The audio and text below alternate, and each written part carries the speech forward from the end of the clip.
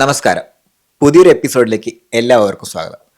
ഞാനിപ്പോൾ ഉള്ളത് ഇറ്റലിയിലെ ഒരു റെയിൽവേ സ്റ്റേഷനിലാണ്. പാത്തി എന്നാണ് ഈ റെയിൽവേ സ്റ്റേഷൻ്റെ പേര്. ഞാനിന്നിവിടെ എത്തിയിട്ടുള്ളത് ഇവിടെ മലയാളികളൊക്കെ ഒരു പ്രോഗ്രാം നടത്തുന്നുണ്ട്. ഓണത്തിൻ്റെ ഭാഗമായിട്ട് ഓണാഘോഷ പരിപാടികൾ. ഈ പരിപാടികൾ കാണാൻ വേണ്ടിയിട്ടാണ് ഞാൻ ഇവിടെ എത്തിയിട്ടുള്ളത്. അപ്പോൾ എൻ്റെ രണ്ട് സുഹൃത്തുക്കൾ പുറത്ത് വന്ന് എന്നെ കാത്തു നിൽക്കുന്നുണ്ട്. ഞാൻ ട്രെയിനൊക്കെ ഇറങ്ങി പതുക്കെ റെയിൽവേ സ്റ്റേഷൻ്റെ പുറത്തേക്ക് നടക്കുകയാണ്.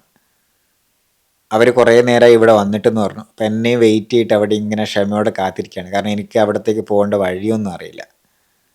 ഇപ്പോൾ റെയിൽവേ സ്റ്റേഷൻ്റെ പുറത്തിറങ്ങി. പുറത്തെ കാഴ്ച എന്ന് പറയുന്നത് ഇന്ന് നന്നായിട്ട് ഇവിടെ മഴ പെയ്തിട്ടുണ്ട്. അപ്പോൾ കാലാവസ്ഥയൊക്കെ അങ്ങനെയാണുള്ളത്. അപ്പോൾ എൻ്റെ സുഹൃത്തുക്കൾ ടാക്സി വിളിച്ചു. ഞങ്ങൾ പതുക്കെ ഈ ടാക്സിയിലേക്ക് കയറി. അപ്പോൾ ഇത് ടാക്സിയിൽ കയറിയിട്ട് നമ്മൾ യാത്ര തുടങ്ങുകയാണ്. ഇന്ന് മേഘങ്ങളൊക്കെ ഇങ്ങനെ ഇരുണ്ടുമൂടി കെട്ടിയ ഒരവസ്ഥയാണ്, മഴയൊക്കെ പെയ്തുകൊണ്ട്. അപ്പം നമ്മളിങ്ങനെ യാത്ര തുടരുകയാണ്. ഞാനും എൻ്റെ സുഹൃത്തുക്കളും കൂടി ഇങ്ങനെ കാറിൽ കയറിയിട്ട് യാത്ര ഇങ്ങനെ പോയിക്കൊണ്ടിരിക്കുന്ന സമയത്ത് ഇവർ എവിടേക്കോ എത്തിയിട്ട് അവിടെയാണ് ഇവിടെയാണെന്നൊക്കെ പറയുന്നുണ്ട്. പിന്നീട് ഒരു പള്ളിയുടെ അവിടെ എത്തി. എന്നിട്ട് വേറെ ആരും വിളിച്ച് ചോദിക്കുന്നുണ്ട്. പിന്നെയാണ് എനിക്ക് സംഭവം മനസ്സിലായത്, ഇവർക്കും കറക്റ്റ് വഴിയൊന്നും അറിയില്ല.